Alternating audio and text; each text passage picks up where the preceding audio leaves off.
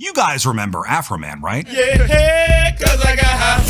Cause I got high. Cause I got high. But did you know back in 2022, a SWAT team used a battering ram to smash through Afroman's front door looking for a kidnapping dungeon? Hello? They found absolutely nothing and allegedly caused over $20,000 of damages to Afroman's property. So Afroman did something brilliant. He turned that raid footage from his security cameras into music videos to pay for the repairs. And when it worked, when Afroman's songs blew up online, the officers involved were not happy. You see, they thought they had cut all the security camera lines, but they missed a couple. And when the officers involved saw themselves featured in the videos, they decided to sue Afroman for $4 million.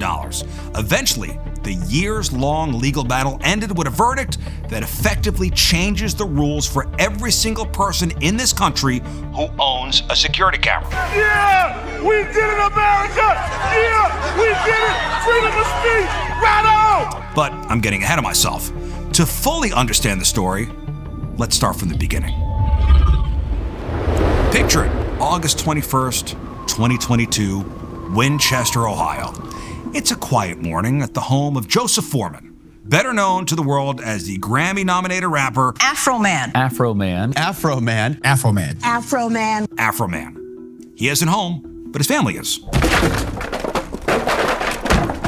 Suddenly, the peace of his 10-acre property is shattered. A convoy of vehicles from the Adams County Sheriff's Office, they scream up the driveway. Deputies in tactical vests, armed with assault rifles and a search warrant, they leap out. They aren't knocking, they're using a sledgehammer and a literal battering ram. The warrant alleges Afroman is running a massive drug trafficking ring. And most shockingly, he's holding a kidnapping victim inside the house. I don't kidnap people, I kidnap cheeseburgers. Now for hours, deputies tear the house apart. They toss the kids' bedrooms. They rummage through Afroman's stage suits. They even dig through the pockets of his winter coats. They find no drugs. They find no kidnapped people. What they do find is a lemon pound cake sitting on a glass stand in the kitchen. When Afroman returned home to a shattered door in a ransacked house, he didn't just get mad. He checked his CloudSync security cameras. He realized he had high-def footage of the entire raid from multiple different angles. Now, while the police found nothing, Afroman found a gold mine. He noticed one deputy in particular who, mid-raid, seemed completely mesmerized by that lemon pound cake on the counter. Now, instead of a traditional lawsuit, Afroman launched a musical counteroffensive. He released, "Will You Help Me Repair My Door?" Will you help me repair my door? And the smash hit, Lemon Pound Cake. Mama's lemon pound cake. It tastes so nice. Make the sheriff wanna put down his gun and cut him a slice. Of what? Of what? Lemon pound cake. He edited the actual police footage into the videos. He even highlighted their names. Randy Walters is the son of a bitch. Then there's the merch. He started selling t-shirts, stickers. He told the media he was using the profits to pay for the $20,000 in damages the cops caused to his home.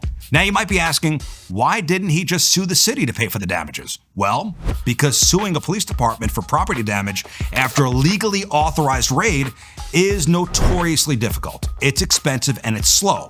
Local governments frequently hide behind a legal shield called qualified immunity. Due to qualified immunity, the city says they're not liable, which often leaves innocent homeowners footing the bill for their own smashed doors and broken windows. Now, Afroman knew he was up against a system that usually wins, so he completely bypassed traditional legal channels to basically crowdsource his restitution from the internet. As he later put it, "I didn't go down here and sue the police department. I fixed up the damages they made, and I sung songs about them to raise money to do it." Tearing down my door, not paying for it, not being apologetic, me being a sport, doing something peaceful to raise the money to pay for their damages. But that $20,000 broken door wasn't the only thing the raid cost him. During the raid, the police seized $5,291 in cash from Afroman's house, proceeds from his tours. Now, when they finally returned the money, Afroman counted it on camera. It was $400 short. So he went public with the accusation. The sheriff's office initially denied it, but an independent investigation by a neighboring county eventually concluded there was a miscount by the deputies during the processing. Here to the Adams County Sheriff's Office as that cash was given back. We watched it being counted out of sealed evidence bags, and $400 in cash was missing. Only Fox 19 now caught this on camera. And this gave Afroman even more lyrical fuel. Fix my dough, fix my dough. Stop stealing my dough, stop stealing my dough. Stop disconnecting my videos. Fix my dough. And here is where the police completely miscalculated. It was at this moment they knew they fucked up. They weren't just dealing with some ordinary citizen. They had kicked down the door of a man who once declared to the entire world, "I was gonna clean my room," But then I got high. as he stood looking at the shattered front door and the absolute disaster the SWAT team left behind. Afroman didn't get high. He finally decided to clean house. Come on, Santo 45 and 2 zigzags. Baby, that's all we need. We can go to the dog, tap the dog, smoke that tumbleweed. March 2023, so naturally, these music videos Afroman uploaded to YouTube took off. The officers involved felt humiliated. They claimed they were receiving death threats from Afroman's fans. 7 members of the Adams County Sheriff's Office, 4 deputies, 2 sergeants, and a detective filed a civil lawsuit against him. And here's where it gets interesting. They didn't just sue for defamation. I find that pretty insulting. They also sued for commercial misappropriation of persona.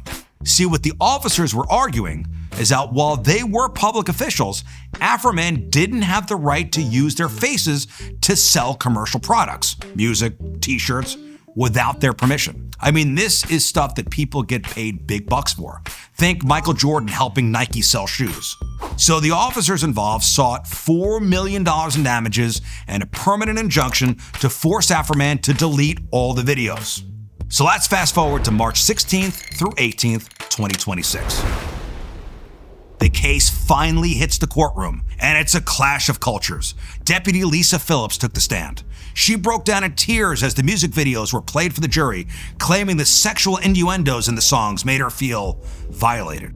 And to be fair, the 13-minute derogatory track directed specifically at her is called Lick 'em Low, Lisa.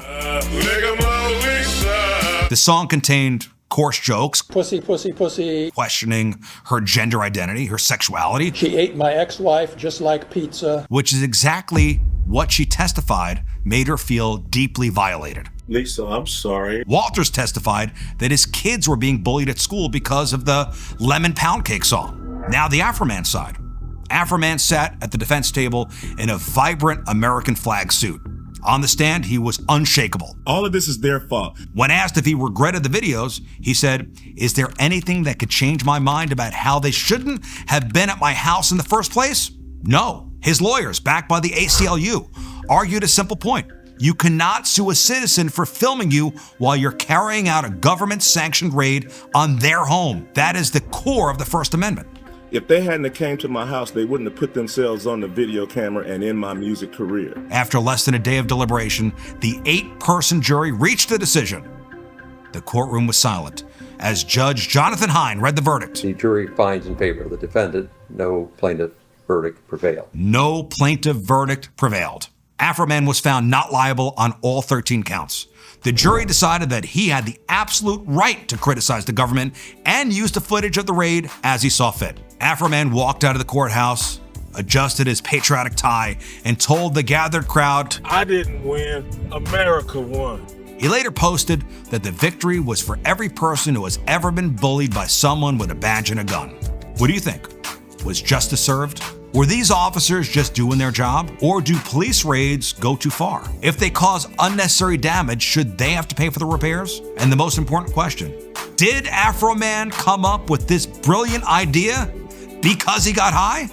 I'd be interested to see your opinions in the comments. I forgive all the crooked cops, illegal searches, illegal stops. I forgive all rival gangs. We all from Cali.